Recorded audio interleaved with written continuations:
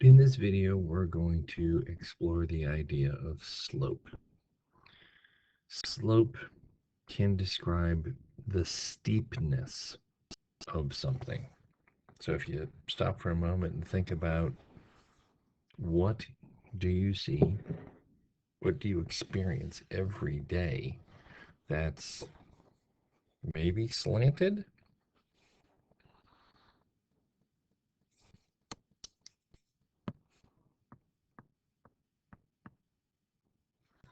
The roof of your house, the roof of the school, the roof of, well, just about any building.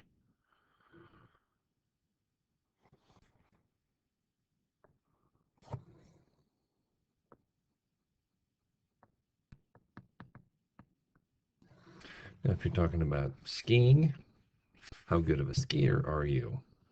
Well, you should really pay attention to the slope of that ski trail that you're thinking about going down. Roads.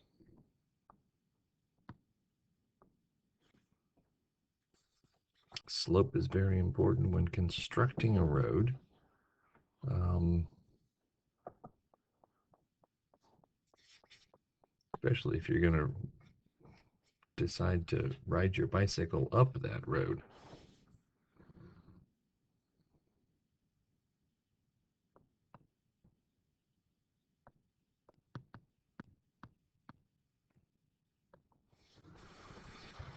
Think about the car that you normally ride in.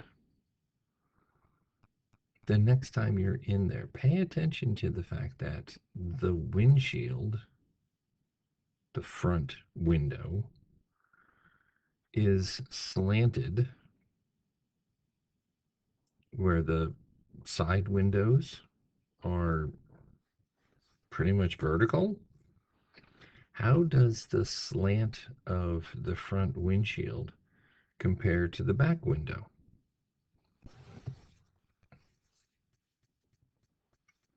You are surrounded by examples of slope if we start looking for them. Another term for slope is rate of change.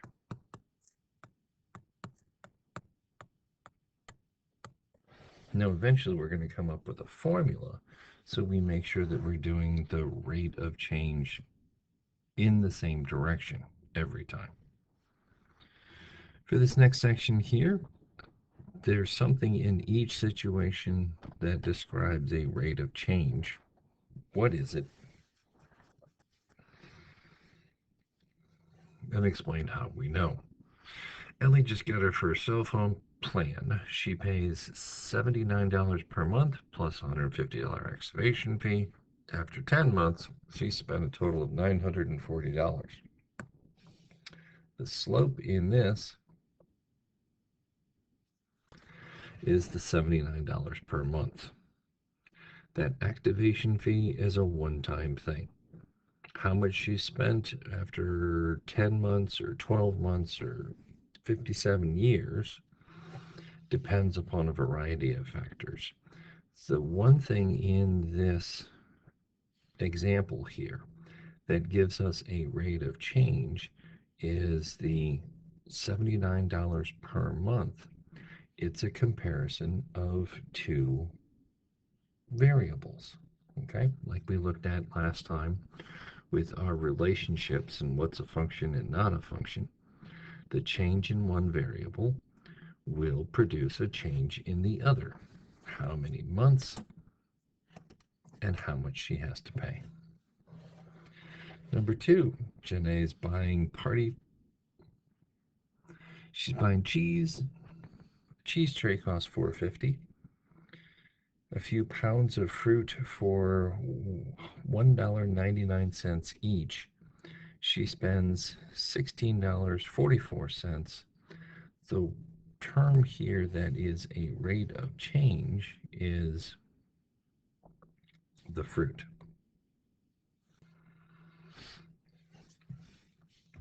The cheese tray is, well, $4.50 for the thing. Part of rate of change can be, I don't always, but it can be, can you take a part?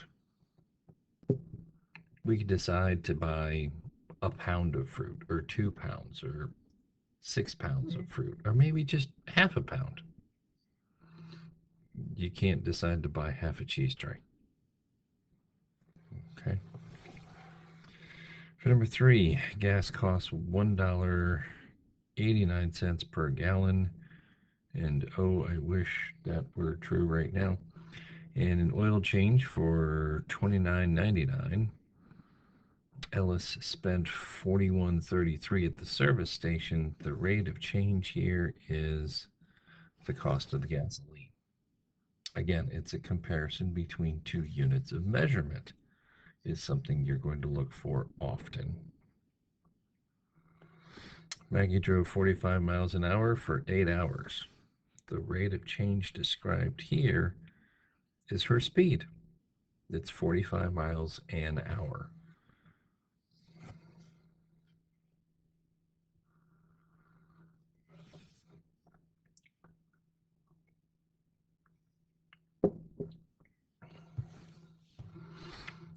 Moving on. Brian's building a deck. He needs pieces of wood that are 8 feet long. Each 8-foot piece costs $2.75. He's already spent $124.62 on other supplies. The rate of change in this case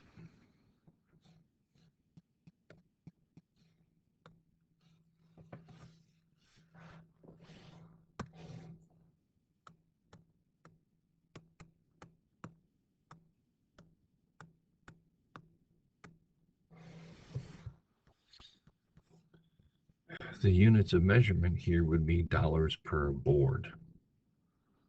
So the way they've got it phrased here, each 8-foot piece costs $2.75. That's dollars per board. That would be our rate of change. The distance of 8 feet is just a single value. How much he's already spent on other supplies, again, a single value, not comparing to different values. Number two, Ben's taxi company charges a $4 fee plus 45 cents per mile. The rate of change here is the cost per mile. Number three, Mr. Nelson is taking students on a field trip to an observatory. They charge $100 as a trip fee plus $6.50 per student. The rate of change, dollars per student, would be the unit of measurement. Number four, new ski resort is opened in a neighboring town. One of the ski runs rises 8 feet for every horizontal change of 10 feet. What's the slope of the ski run? Now, here, it rises 8 feet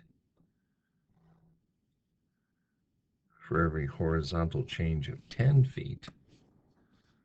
So if we put the rise of 8 feet over the horizontal change of 10 feet, well, this is different. Again, we should always take the fraction and reduce. But in this case, it's not two different units of measurement, it's the same unit of measurement. And those should reduce also.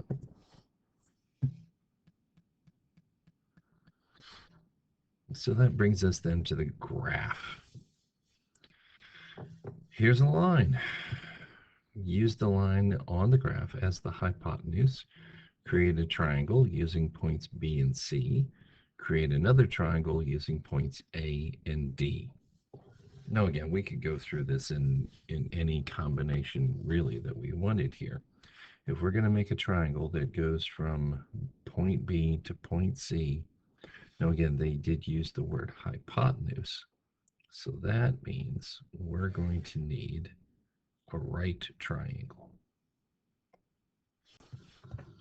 So from point B, I can just drop a vertical segment down.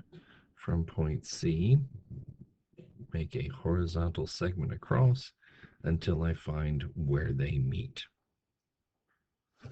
Now, if I count spaces, this is a length of 1, 2, 3 spaces on this side, and this is 1, 2, 3 spaces on this side. So when they're asking what's the slope of the triangle that connects point B to point C, well, if we do rise over run, just like with that last problem, the rise is 3, the run is 3. We say the slope of that line is positive. Oh, wait, hold on. It didn't go up 3 spaces. It went down 3 spaces. So negative 3 divided by 3 is negative 1. Now, if you compare this again to the previous question there about a mountain, the slope of a road, if you always trace this from left to right, from point A to point B to point C, all the way across this line, going left to right, that's very, very important. That's going downhill. The slope should be negative for any line that goes downhill. Now they also asked us right at the start here, create another triangle using points A and D. Well, the first one here I made going down from B and over to the left from C.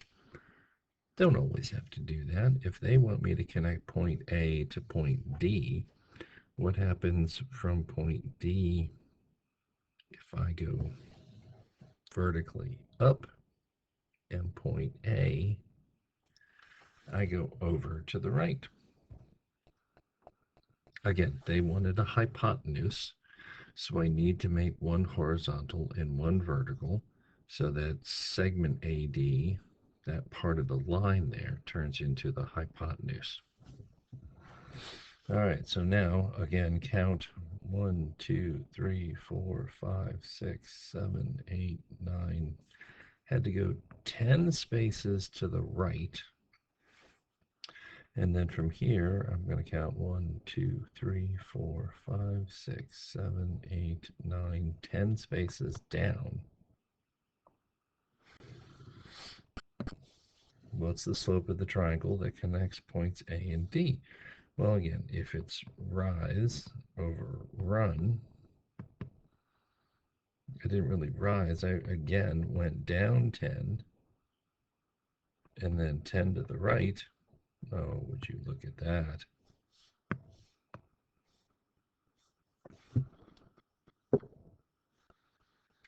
The red triangle that I've got drawn below and to the left, the red triangle that I have that's above and to the right, they're clearly not the same size, but they do look similar to one another. They look like they have the same shape, just that the second one that I drew there is much, much bigger than the first one.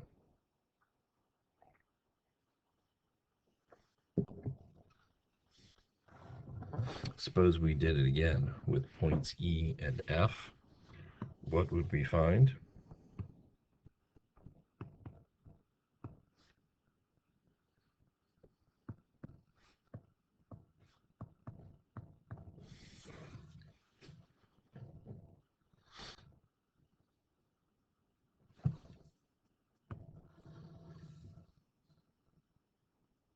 The slope of this line is -1. It's -1 between any 2 points that we choose. We can choose A and D, we can choose B and C, we could choose E and F. We could go from A to C. No matter how we do this, the slope of this line should be the same regardless of what points we choose. So when we're talking about a line, we should be able to calculate exactly what the slope is.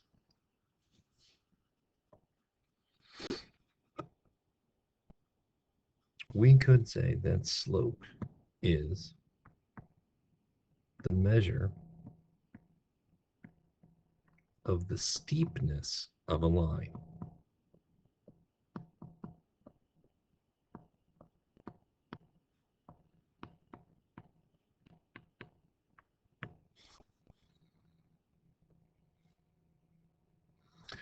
We could also say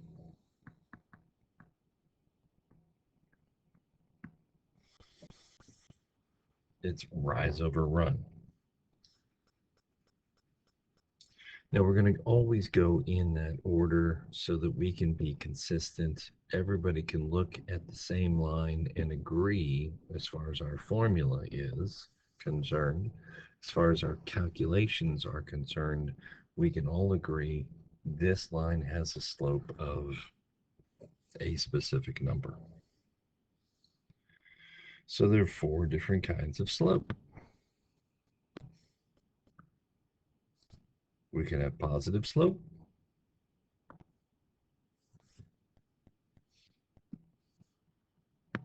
I love OneNote. We can have negative slope.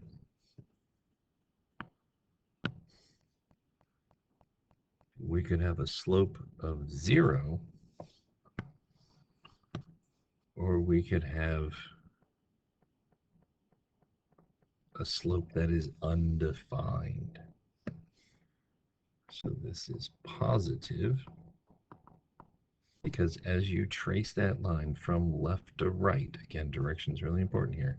From left to right, it looks like you're going uphill. That's positive. For the second one, trace that left to right, you're going downhill. That's negative slope. It's like the graph that we saw up above.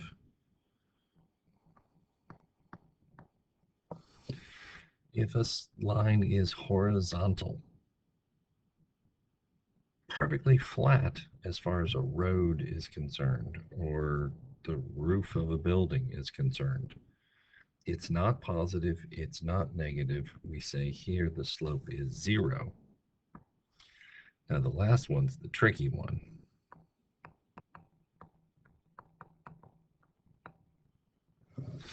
For a vertical line, we say that the slope is undefined.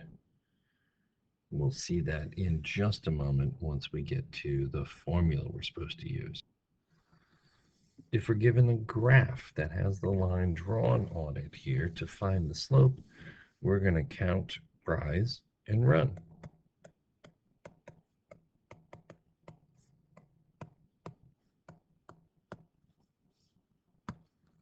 So in this case here, I can go, say, from this point, up 1 space and over 1, 2 to the right. From down here, up 1 space, over 2 to the right.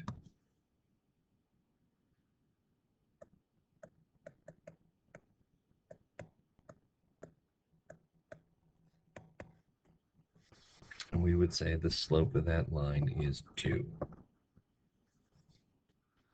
We should also be able to find slope from a table. Suppose we're given this table of values. Now, one thing we should notice almost right away for the x's, from 2 to 4 is an increase of 2. 4 to 6, we add 2. 6 to 8, we add 2. For the y's, when we go from 7 to 4, that's subtracting 3. 4 to 1, down by 3. 1 to negative 2, down by 3. So again, it's going to be the difference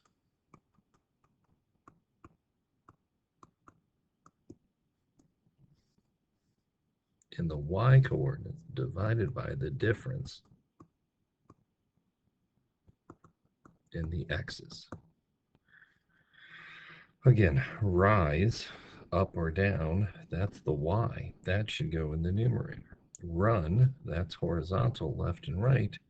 the x should go in the denominator. So in this case, each step by step by step, it's -3 is the difference in the y's over +2 is the difference in the x's.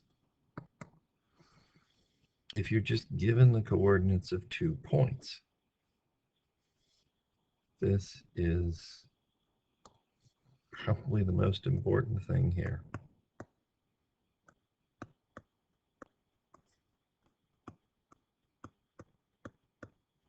That's our slope formula.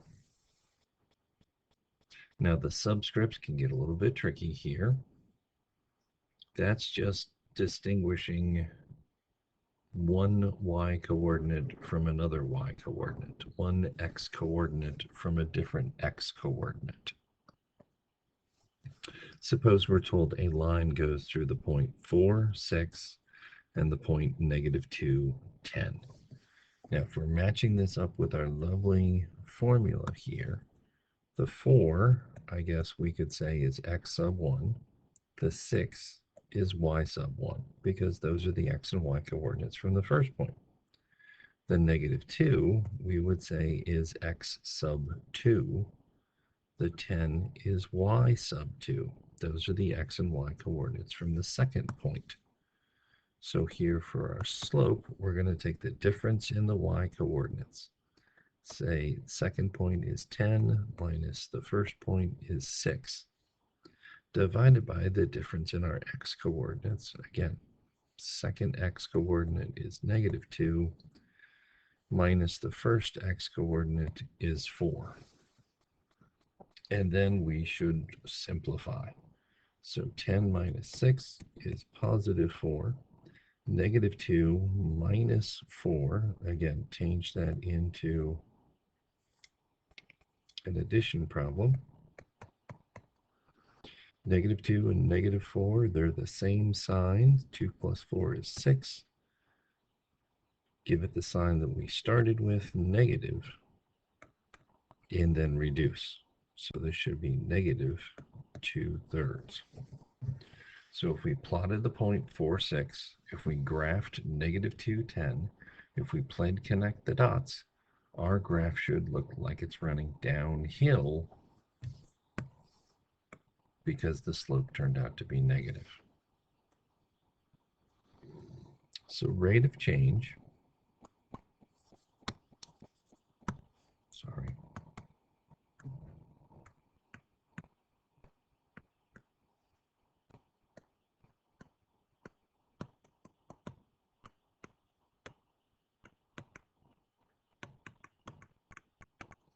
is a number, is a particular value. Sometimes it can be written as a fraction.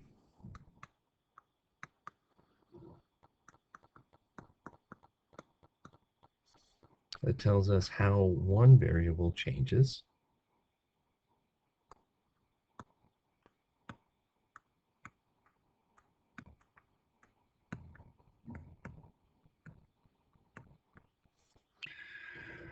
When another one changes.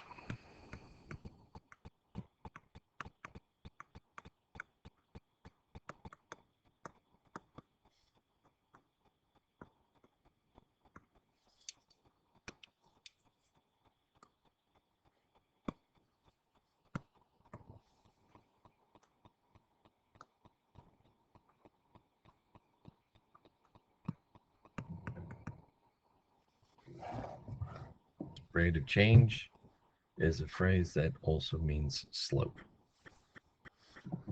All right, so let's go through and calculate some slopes here.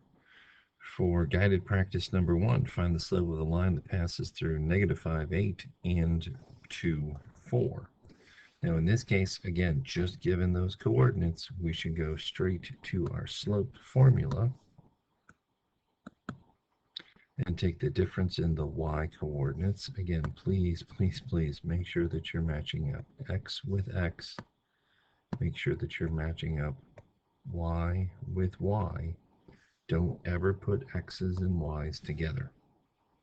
So if I, again, want to take the second point minus the first, take 4 minus 8 over 2 minus -5.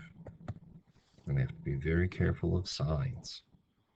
So 4 minus 8, that'll be negative 4.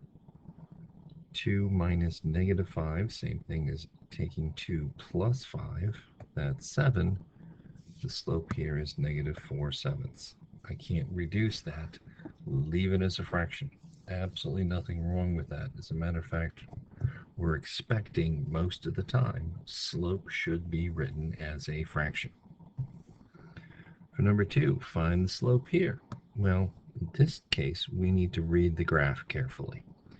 I see a dot here at the point negative 1, 1, and I see another dot up here at the point 2, 2.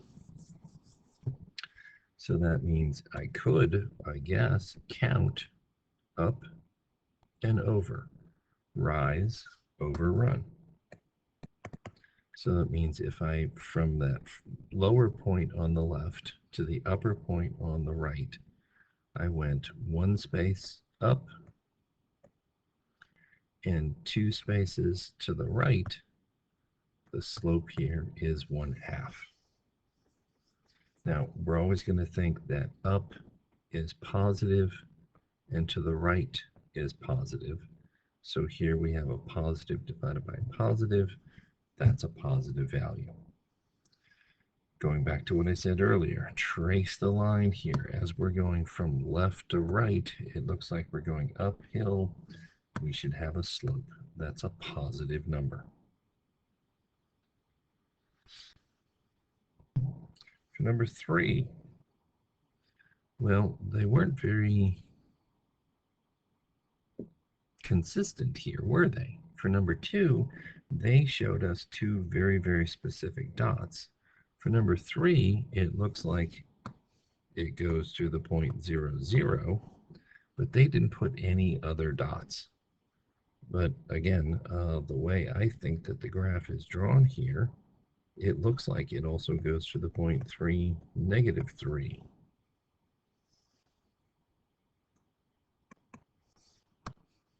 So to get from 0, 0 to 3, negative 3, I'm going to go to the right, and then I'm going to go down. Again, it's 3 spaces this way, 3 spaces that way. So again, it's rise over run. If I want to think of starting at the point 3, negative 3, I can go 3 spaces up. Again, up is positive. And then I go 3 spaces to the left. Hold on. Going to the left is negative.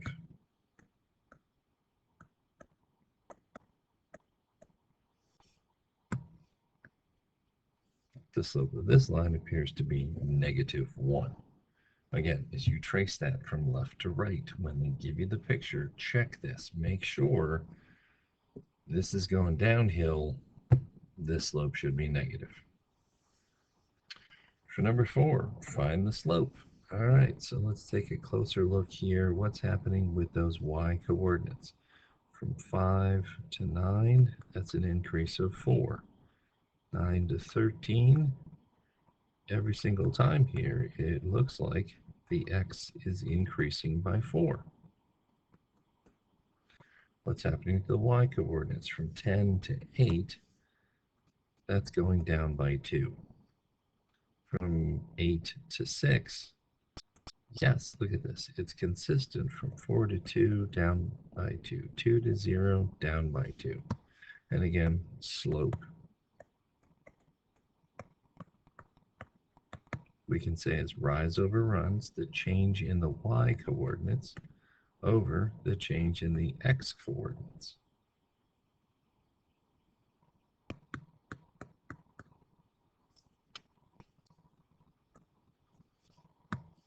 Always reduce. Let's do another one of those. For example, 5. From negative 5 to negative 6, that's going down by 1. Negative 6 to negative 7, down by 1. Make sure that all of these are consistent. From 3 to 6, that's an increase of 3. To 9, plus 3 gives us 12, plus 3 gives us 15, plus 3 gives us 18. So our slope here, the difference in the y's is positive 3 over the difference in the x's is negative 1.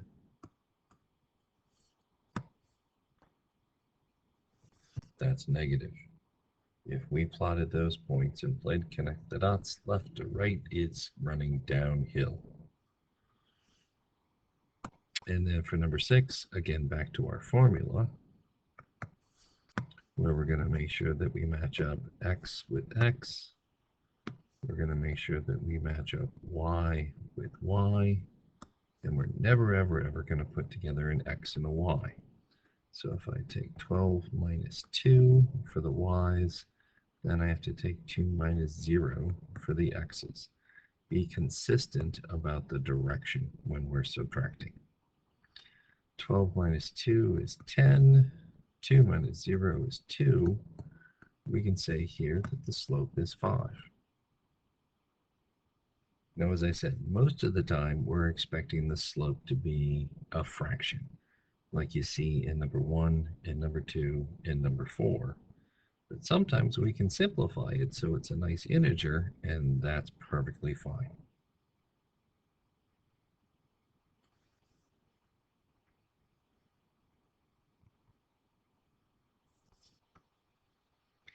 Take a moment. Draw these in for yourself. Draw a line that has a positive slope. Draw a line that has a negative slope. Draw a line that has a slope of 0. Draw a line that has an undefined slope.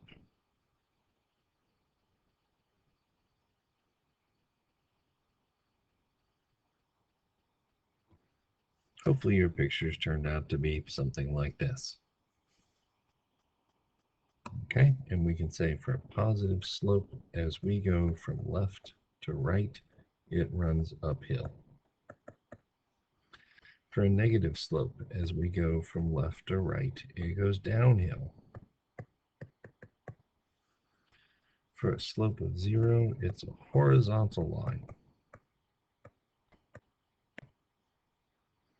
For a slope that's undefined, that's vertical. Now let's talk a minute here about how to use the slope formula with both of those. With the horizontal line that I've drawn, it appears to go through the point -2, 2, and the point 3, 2. So if I use the slope formula with those coordinates, difference in the y's, I have to take 2 minus 2 over the difference in the x's, 3 minus -2. So 2 minus 2 is 0. 3 minus -2, same thing as 3 plus 2, that's 5. 0 divided by 5 is 0. If you have nothing, you can try and divide it into however many parts you want. You still have nothing. So 0 divided by any number is 0. If we do the calculations and we find a slope of 0, that means it has to be horizontal. Now with the vertical line that I drew here, it looks like it goes to the point -3, 3, and -3, -4, and a whole bunch of others, but I'm just labeling those. Look at what happens to our formula here for slope. If again, we take the difference in the y coordinates, say 3 minus -4, over the difference in the x's, -3 minus, sorry, let me write that better. -3 minus -3. Well, in my numerator, 3 minus -4, same thing as adding a positive. 3 plus 4 is 7. And in my denominator here, -3 minus -3, same thing as -3 plus 3, that's 0. Hold on. You cannot divide by 0.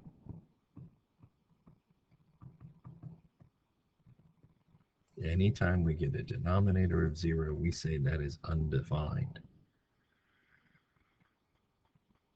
If you have 7 pieces of Halloween candy left over, you can decide to divide that amongst 7 friends. If they don't mind cutting things apart, you can divide it with 2 friends. You can't divide it into 0 parts. Dividing by 0 is undefined. I'd like you to put the video on pause here for a moment and go down to the practice problems. There are 10 of them. If you could do your best to try and answer those, then click play on the video again, you can check your answers. But give it a shot. Please try this on your own rather than just letting the video play. How'd you do? For number 1, the slope there is 4/3. For number 2, it's 1. For number 3, it's -3. For number 4, it's 0. For number 5, -3/4. For number 6, 1. For number 7, 3/4. Number 8 is undefined. Number 9, the slope there is a very shallow 1/10. And for number 10, the slope is -4.